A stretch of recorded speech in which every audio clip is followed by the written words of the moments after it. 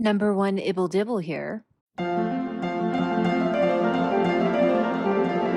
Hello, friends. I know it's been a few days. What can I say? I was leading my sad little life, as Harry would say. But shall we discuss the ITV interview? It's the longest interview, it's the most detailed, and Harry really went off the rails in terms of not being able to keep up with his own lies and also his inability to emotionally regulate. It was wild. I will, of course, review the book, but I find the interviews intriguing because we see very few instances where H&M are even lightly challenged. This is all we get. In this video, I just want to talk about how very bored I am hearing the same talking points verbatim over and over and over in each interview. Harry says the same 28 things in every interview. Oprah, Netflix, 60 Minutes, ITV, Stephen Colbert, Nightline. It's these same 28 talking points that he uses to address even unrelated questions. Number one, 38 years of having my story told by so many different people with intentional spin and distortion felt like a good time to own my story and be able to tell it for myself. nah, there's really nothing significant about early middle age to force a memoir, except number two. A family motto of never complain, never explain. Number three. I sit here now speaking to you, answering the questions that you put to me, and the words and the truth will come from my lips rather than using other people, especially through the tabloid media. Friends, Romans, countrymen, lend me your ears. I come to bury Caesar, not to praise him. Number four. And we're 6 years into it now. And I have spent every single year of those 6 doing everything I can privately to get through to my family. In the business world, the year is 2023. In the Buddhist world, the year is 2563. In the Chinese culture, the year is 4720. In the Hebrew calendar, the year is 5783. But the year is actually 6 because time started the day Harry met Meghan. Number 5. It never needed to be this way. See, I heard it all before, all of your lies. Number 6. I fled my home country with my wife and my son, fearing for our lives.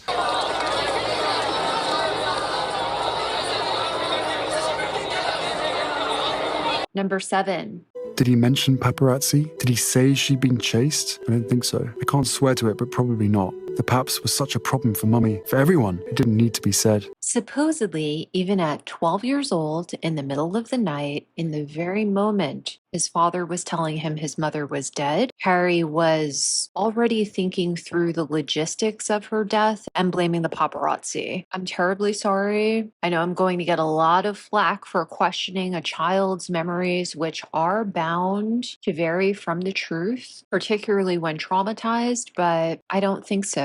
I think a child would be so shocked in this situation. If they ask the question at all, they accept the answer they're given for a good long while before they begin to evaluate whether or not that reasoning rings true. Number 8. I don't want history to repeat itself.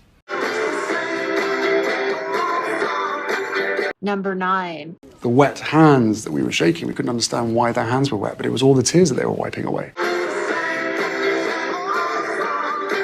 Number 10. The memories of the bridles chinking, going down the Mall, the hooves going down the concrete, and the occasional, gravel underneath the foot, and the wails from the crowd, but otherwise complete silence, is something that will stick with me forever. Number 11. I saw the back of her blonde hair, slumped on the back of the seat. There were other photographs that would probably show my mother's face and blood, and those, I assume, were the ones that Jamie removed. And I'm grateful to him for that.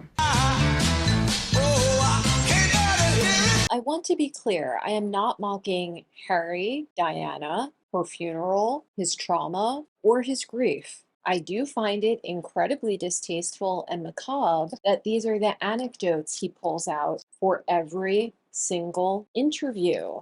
Harry, let your mother rest in peace. Her fans, or your fans, who want to commune with you or her in this way will buy your book and will do it silently and in private. It's time to leave it alone. Number 12. I was looking for evidence that it actually happened, that it was true, but I was also looking for something to hurt. I hurt myself today to see if I still feel.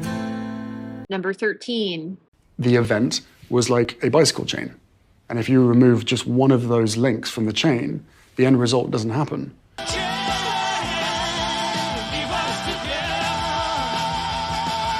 Number 14. You know, William and I wanted our father to be happy, and he seemed to be very, very happy with her. We asked him not to get married. He chose to. And that's his decision. So happy together. Really? So happy. Number 15. I would like to get my father back. I would like to have my brother back. At the moment, I don't recognize them. So happy together. Number 16. My God, sibling rivalry. I put a hand over my eyes. Have we not got past this yet? The whole heir versus spare thing? Wasn't it a bit late in the day for that tired childhood dynamic? Right, just normal sibling rivalry. That's the problem.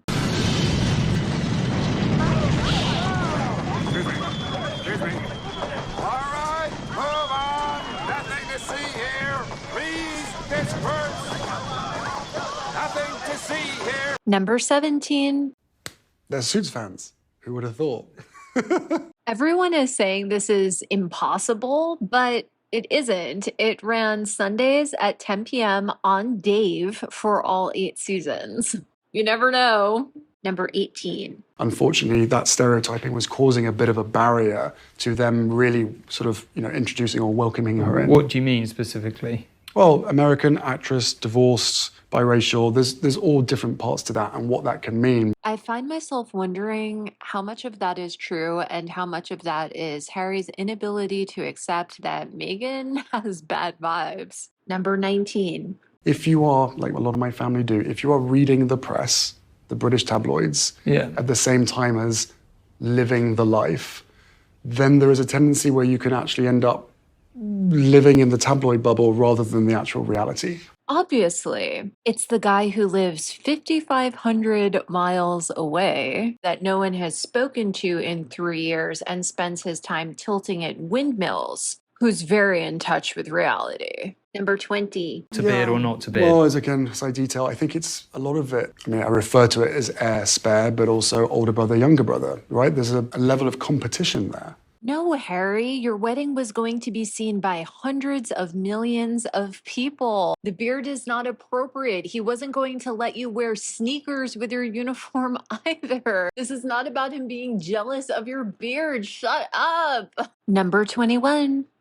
What they have to say to me and what I have to say to them will be in private, and I hope it can stay that way. Because Number 22. they were on the back foot, and then the briefings and the leaking and the planting. Ready? Okay. Briefings and leaking And thinking. And planting. Let's just focus on the last 6 years. The level of planting and leaking. Some of it's leaking, some of it's planting. Number 23. We've asked for help and support. At that time, I didn't fully understand how much or how complicit the family were in that pain and suffering that was happening to my wife. And the one group of people that could have helped or stopped this from happening were the very people that were encouraging it to happen. You're just jealous, Lisa. Because I got better. Because I was released. Because I have a chance at life. they release you because you're better, Daisy. They just gave up. Number 24. And I sit here now in front of you asking for a family, not an institution, I want a family.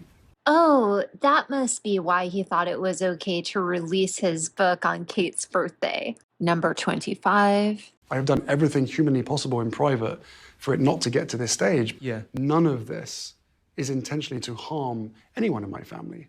But I certainly feel as though that we never needed to be here. This is also number 5 on this list, by the way. He just won't stop doubling and tripling and quadrupling down. See, I heard it all before, all of your lies. Number 26.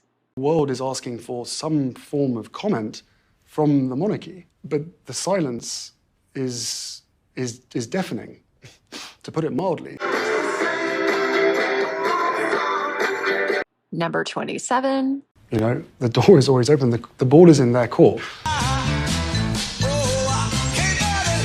And finally, number 28. The safety of my family is my priority, right? And that is the main reason that we left.